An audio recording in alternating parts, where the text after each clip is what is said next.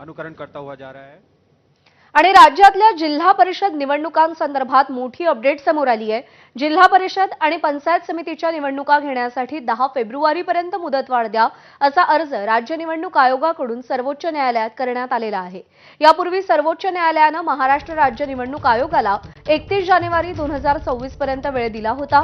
12 जिल्हा परिषदा आणि 125 पंचायत समित्यांमध्ये 50% आरक्षण आहे, तर इतर 20 जिल्हा परिषद आणि पंचायत समितींमध्ये 50% आरक्षणाची मर्यादा ओलांडली गेली आहे आणि त्यामुळे त्याविषयी काय निर्णय होणार यावर प्रश्नचिन्ह आहे। दरम्यान यावर आज सर्वोच्च न्यायालयात सुनावणी होईल। या सुनावणीत महाराष्ट्राच्या आगामी स्थानिक स्वराज्य संस्थांच्या निवडणुकांची दिशा ठरणार आहे। त्यामुळे निवडणूक आयोगाच्या अर्जावर सर्वोच्च न्यायालय आज काय निर्णय देतं हे पाहणं महत्त्वाचं ठरणार आहे। आणि यानंतर थेट जाऊयात मंत्री चंद्रशेखर बावनकुळे सध्या बोलतात।